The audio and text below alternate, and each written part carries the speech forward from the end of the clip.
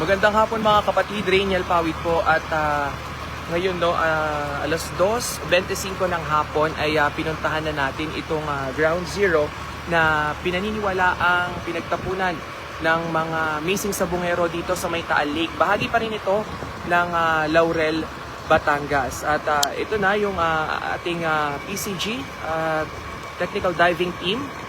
Umalis sila kaninang alas 8 ng umaga at yun nga, mag-aalas 3 na ay nakatatlong sisid na raw sila ngayon dito sa bahaging ito ng Taal Lake. At sinabi na rin ng Philippine Coast Guard na naglagay na ng isang marking itong ating mga technical diver. At ibig sabihin, yung marking na yon ay may hindi maitaas nga nitong ating technical diving team para na rin daw doon sa integridad nitong mga ebidensya na ito.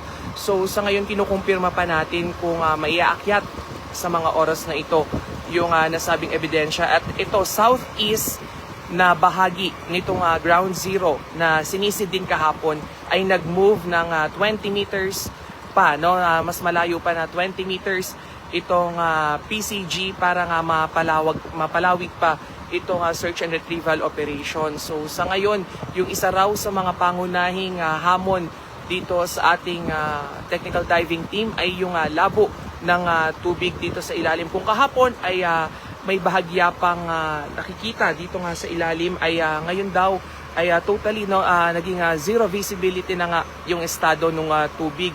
Isa yan sa nagpatagal din ng operasyon ngayong araw. At ngayon nga ililibutin na natin, papalapit na yung sinasakyan natin doon sa may Ground Zero. So hintayin lang natin yung confirmation kung maiaakyat nga yung isa pang ebidensya na katulad daw ng mga nakapanga kahapon. So technically mga kapatid, yung ginagawang sistema ngayon nitong diving team natin ay yung tinatawag din nila na nakapa system, dahil nga sa labo ng tubig ay by means of touch itong ginagawa nila sa ngayon. At kanina pang alas 8 ay yung unang nakapanga na mga ebidensya, pero hindi pa agad maitaas, no, dahil nga doon nga sa labo ng tubig at sa pag-iingat din na magkalasag-lasag o sumambulat itong mga nakapang panibagong posibleng ebidensya ngayon dito.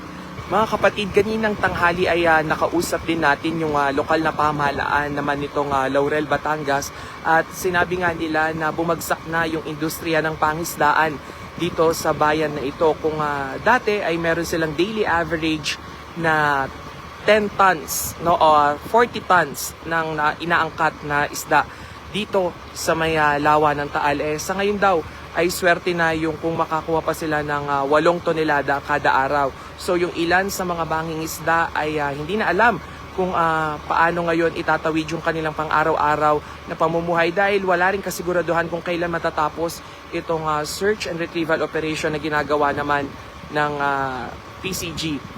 Dito naman sa kabilang side, ito yung mga markings na inilagay na kahapon. So yung mga kulay orange na markings na yan, 4. So sa nakalipas na 2 araw ay meron na nga rin nakuha na mga ebidensya at dinala na rin ito ng SOCO at ng forensic team. Sa ilalim yan ngayon sa DNA testing at sa cross-matching examination para naman doon sa mga kaanak nitong nawawalang sabungero.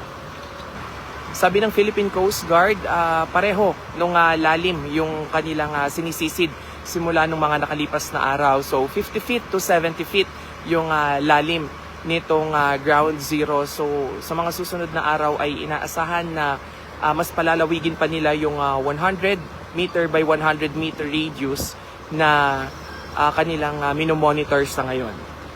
At mga kapatid, yan muna ang latest mula dito sa Laurel, Batangas. Rainiel Pawid, News 5.